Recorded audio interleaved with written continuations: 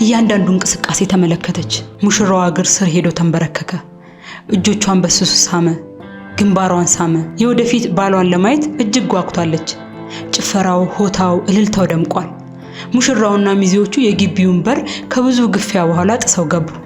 አይኗ ተጎልጉሎ ሊወጣ ይመስል ከአንድ ነገር ላይ ተቸክሎ ቀረ።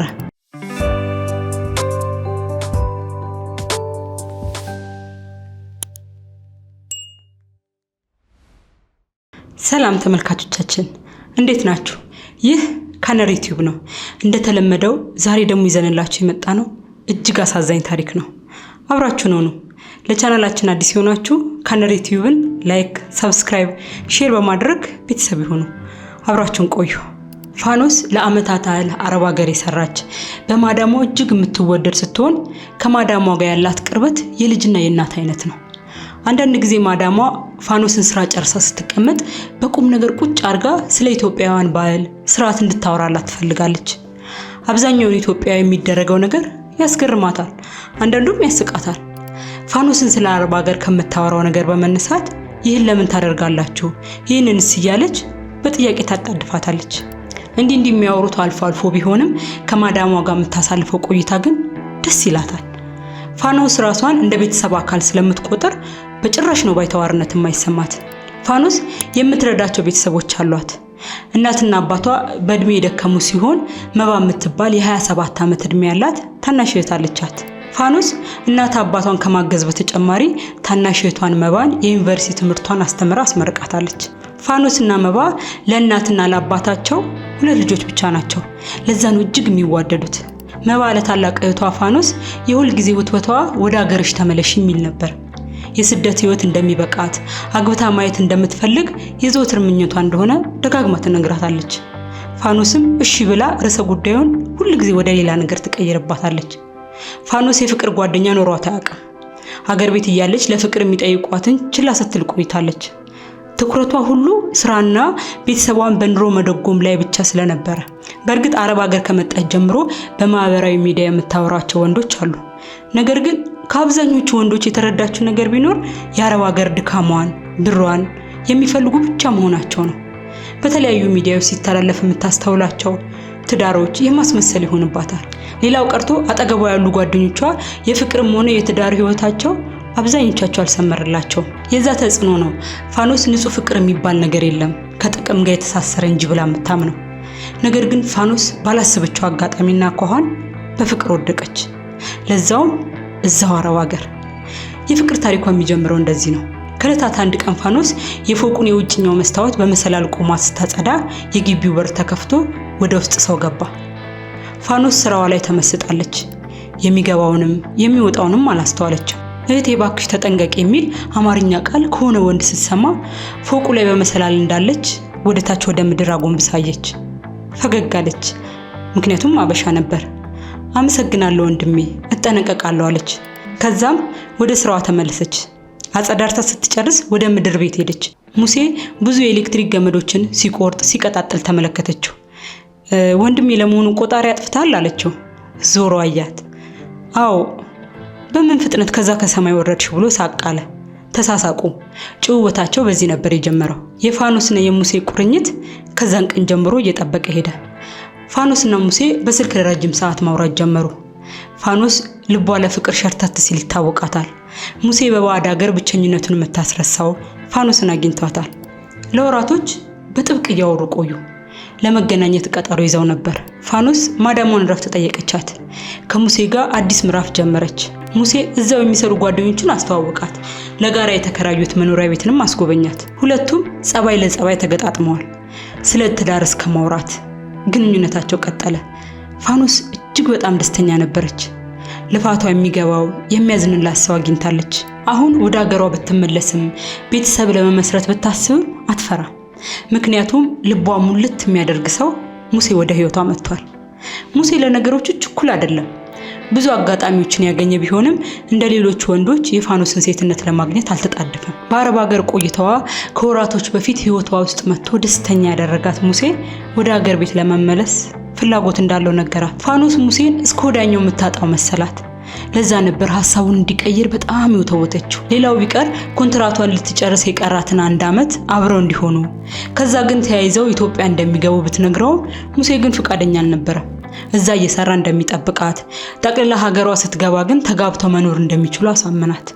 ፋኖስ ግን ከሙሴ መለየት ሞት መስሎ ነበር የታያት። ሙሴ ፋኖስን ከማወቁ በፊት ወደ ሀገሩ ገብቶ የግሉን ስራ የመስራት ፍላጎት ነበረው።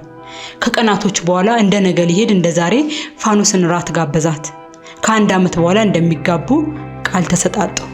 ሌሊቱን ሙሉ ስለ ልጅነት ጊዜያቸው፣ ወደ አረብ ሀገር ስለመጡበት አጋጣሚ፣ ስለ ቤተሰቦቻቸው ብቻ ብዙ ነገር ተጨዋወቱ። ተቃቅፈው እንደተኙ ነጋ። ሙሴ ወደ ኢትዮጵያ ሄደ። ፋኖስ ሙሴን በአካል አታገኘው እንጂ በስልክ ረጅም ሰዓት ያወራሉ። የሆነ ቀን ፋኖስ ለማዳሟ ሄዳ እንደማትመለስ ስትነግራት ማዳሟ ተከፋች። ምክንያቱም በጣም ተግባብተው ነበር። ፋኖስ ወደ አገር ቤት ለመመለስ 6 ወር ብቻ ቀራት። በጉጉት እየተጠባበቀች እያለ የሙሴ ድምጽ በድንገት ጠፋባት። ጭንቅ ውስጥ ወደቀች። እንዲህም ሳይል ስልኩን አጠፋ።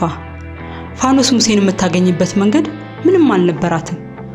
ያለምንም ጸብ፣ ያለምንም ንግግር ዝም ብሎ መጥፋቱ ቢያሳስባትም ይደውላል ብላ ስልኳን ከማየት በቀር ምንም ልትፈጥር አልቻለችም ነበር።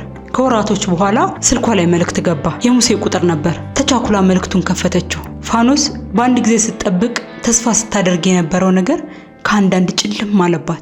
መልእክቱ የይቅርታ መልእክት ሆኖ የነበራቸው ግንኙነት እንዳበቃ የሚገልጽ፣ ከአቅሙ በላይ በሆነ ምክንያት እንደተዋትና ዳግመኛ ወደ ህይወቷ እንደማይመለስ የሚገልጽ ጽሑፍ ነበር። ፋኖስ አይሆኑ አሰባበር ነበር የተሰበረችው። ምክንያቱም በግልጽ ባላወቀችው ነገር ሙሴን አጣችው። ስልኩን ደጋግማ ብትሞክርም ዘግቶት ስለነበር ልታገኘው አልቻለችም። ህልሟ ባዶ ሆነ። ስራም መኖርም ሁሉም ነገር አስጠላት። ወደ ሀገር ቤት የሚሄድ ሐሳቧን ተወችው። ለማዳሟ መቀጠል እንደምትፈልግ ልትነግራት እየተዘጋጀች ባለ ጊዜ እህቷ አንድ ዜና ነገረቻት፣ ልታገባ እንደሆነ። ፋኖስ በእህቷ ለዚህ ደረጃ መብቃት እጅግ ደስተኛ ሆነች። ወጪዋን ሙሉ ለሙሉ እንደምትሸፍን ነገረቻት። እህቷ መባ ግን ሁሉ ቀርቶ አንቺ ብቻ ከጎኔ ሁኚ ብላ ስለተወተቻት ደርሳ ለመመለስ አሰበች። ማዳሟ ፋኖስ ኢትዮጵያ ሄዳ እንደማትቀር እንደምትመለስ ስታውቅ ደስ አላት። ፋኖስ ደስተኛ ያደረጋትን ሰው ሙሴን እንደሌሎች ወንዶች አልቆጠረችውም ነበር። እምነቷን ልቧን ሰጥታው ነበር። እጇን ሳይለቃት ረጅም መንገድ አብረው እንደሚጓዙ ነግሯት ነበር። ለምን በሚለው ጥያቄ ቀንና ሌሊት ብትብሰለሰልም ይሄ ነው የምትለው መልስ ግን አጣች። ፍቅሩን ከውስጧ ለማውጣት ታገለች፣ ግን አቃታት። ወደ ኢትዮጵያ እስክትሄድ ከቤተሰቦቿ እስክትገናኝና ጊዜ እስክታሳልፍ ድረስ በእንባ ነበር ጊዜዋን ያሳለፈችው። ፋኖስ ወደ ኢትዮጵያ ስትገባ ለቤተሰቦቿ የተለያዩ ስጦታዎችን፣ ለእህቷ ደግሞ ቬሎ ነበር የወሰደችላት። የመባ የእህቷ ሽምግልና ያለቀና የሰርጉ ቀን የተወሰነ በመሆኑ የቤተሰቡ ሩጫ ፋኖስንም ጨምሮ የሰርጉ ድግስ ላይ ነበር። ፋኖስ ለእህቷ እጅግ ደስተኛ ነበረች። እሷ ለዚህ ቁም ነገር ባትታደልም የታናሽ እህቷን ወግ ማድረግ ለማየት በመታደሏ ግን ሁሌ ፈጣሪን ታመሰግናለች። የራሷን ህይወት ስታስብ ግን ደግማ ፈጣሪን ትወቅሳለች። ፋኖስ የምትፈራውን ፍቅር ለየት ባለ መንገድ መጥቶ ሰብሯታል። ከምንም በላይ ያመማት ደግሞ ይህ ነው የምትለው ምክንያት አለመኖሩ ነው። ብቻ አሁን የምትፈልገው የእህቷ ፕሮግራም እንዳለቀ ወደዛ ወደ አረብ ሀገር ተመልሳ ራሷን መደበቅ፣ በስራ መወጠር፣ አእምሮዋን ቢዚ ማድረግ ነው ፍላጎቷ። ሰርጉ ቀን ሳምንት አካባቢ ሲቀረው ማታ ላይ ቤተሰቡ ተሰብስቦ እየተጫወተ ነበር። ድንገት ከዚህ በፊት የሰለቻት ጥያቄ በጨዋታ መሃል ተነሳ። አባቷ አንቺስ መቼ ነው የምታገቢ የሚል ጥያቄ ፋኖስ ላይ ያነጣጠረ። ሌላ ጊዜ ቢሆን ፋኖስ ፈጣሪ ሲፈቅድ ትል ነበር። አሁን ግን ቆፍጠን ብላ ማግባት ግድ እንዳልሆነ ጮሃ ተናገረች። ሁሉም ደነገጡ። ቀጣይ ንግግሯ ግን በእንባ የታጀበ ነበር። ማንም ማግባት ስለፈለገ ብቻ ተነስቶ እንደማያገባ፣ ፈጣሪ ካልፈቀደውና የሴት ልጅን ልብ የሚሰብሩ ወንዶች አደብ እስካልገዙ ድረስ ትዳር የማይታሰብ እንደሆነ ተናገረች። ሳቅ ጨዋታ ሞልቶት የነበረው ቤት ከአንዳንድ ጸጥ ረጭ አለ። ፋኖስ ከአፍታ በኋላ በኃይለ ቃል እንደተናገረቻቸው ስታስተውል ደነገጠች። ይቅርታ ጠየቀች። ወደ መኝታ ቤቷ ገብታ ተንሰቅስቃ አለቀሰች። ማንም እንዲያናግራትም እንዲያባብላትም አልፈለገችም። አልቅሳ ሲደክማት ተኛች።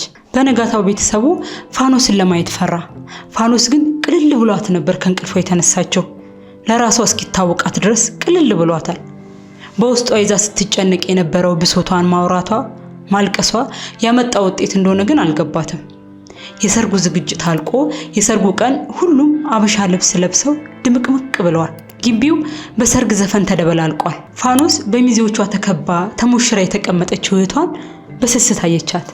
አጠገቧ ሄዳ እንኳን ለዚህ ቀን አበቃሽ፣ መልካም ጅማሬ እመኝልሻለሁ ታናሼ ብላ እጇን ሳመቻት።